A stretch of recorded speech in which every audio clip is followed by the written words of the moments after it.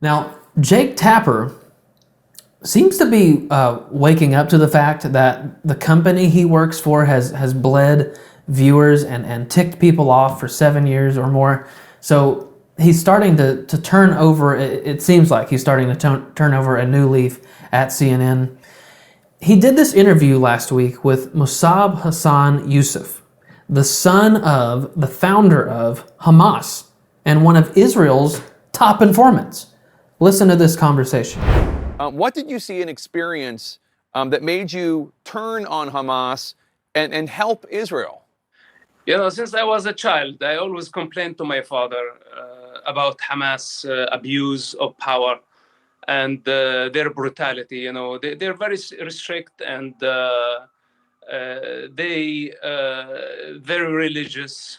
They're fanatics, and but I did not think at some point, they would cause all this global trouble. They are. We saw their brutality. I witnessed their brutality firsthand when I was in prison, when they tortured so many Palestinian people for suspicion of collaborating with Israel. And this is basically when I start questioning Hamas movement.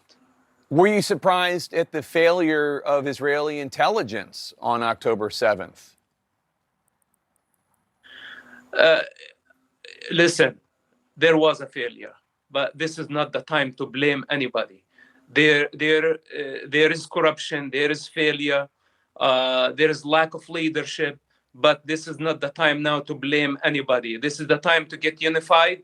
The United States need to give Israel the necessary cover to uproot Hamas. Israel is fighting on behalf of America. Israel is fighting on behalf of the Palestinian people. Israel now is fighting on behalf of the free world. This is not a political propaganda. I, as an ex-Hamas member, the son of the founder of Hamas organization, and today as an American citizen, I ask the President of the United States to give Israel the necessary cover, the necessary supply, whatever it takes to uproot Hamas. Otherwise, the next war is going to be deadlier. Strategically, do you think it is wise for the Israeli Defense Forces to stage a ground incursion into Gaza to uproot Hamas? Do you think that's a smart thing to do? Well, now it's a war time, unfortunately. And this war, Israel did not start. Hamas started this war. And Hamas, in fact, in this equation, blood for money, they start a war every few years. Whenever they want money, they shed children's blood. This is their game. And this has to stop. This have to come to an end. And unfortunately, the price is not going to be cheap. In fact, I feel very sorry for Israel that they have to go into Gaza, where there are booby traps all over the place and tunnels all over the place. This is the most complicated mission a modern army has in our modern day. Now, what I suggest, to the Israelis, that they wait, they take their time, they collect intelligence. Well, first you were with Hamas, and then you were embedded with Hamas on behalf of the Shin Bet. What can you tell us about what motivates these people? What are they like? What are the leaders of Hamas like? What do they want? Well, they are a religious movement. And this is what everybody is afraid to say. If Hamas was a political movement, then we can satisfy their political ambition. But Hamas is a religious movement that does not believe in political borders. They want to establish an Islamic state on the rubble of the state of Israel. They want to annihilate the Jewish people and the Jewish state. They want to kill everybody who support Israel, then establish an Islamic state. But this is not the end, because their ambition is global. They want to establish eventually an Islamic state, a global state. Hence, we cannot give Hamas what they want. We cannot give them what they are asking for, whatever it takes. In war, people die, and we need to prepare public.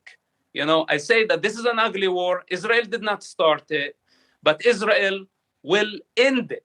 So the United States insists that the aid being provided for civilians in Gaza will not go to Hamas. Do you believe that the aid will not go to Hamas? Do you believe that the aid will only go to the innocent Palestinians? You know, the United States and Europe have been very generous with the Palestinian people, but their leadership steal the money all the time. They steal the aid. So much aid came into Gaza. Hamas used all that aid to build tunnels under the ground. And now look at the chaos they are creating. The aid is great, but not right now. I suggest that we open the border for the Palestinian innocent people, including women, children, and elders, to leave the Gaza Strip or to go into a safe zone.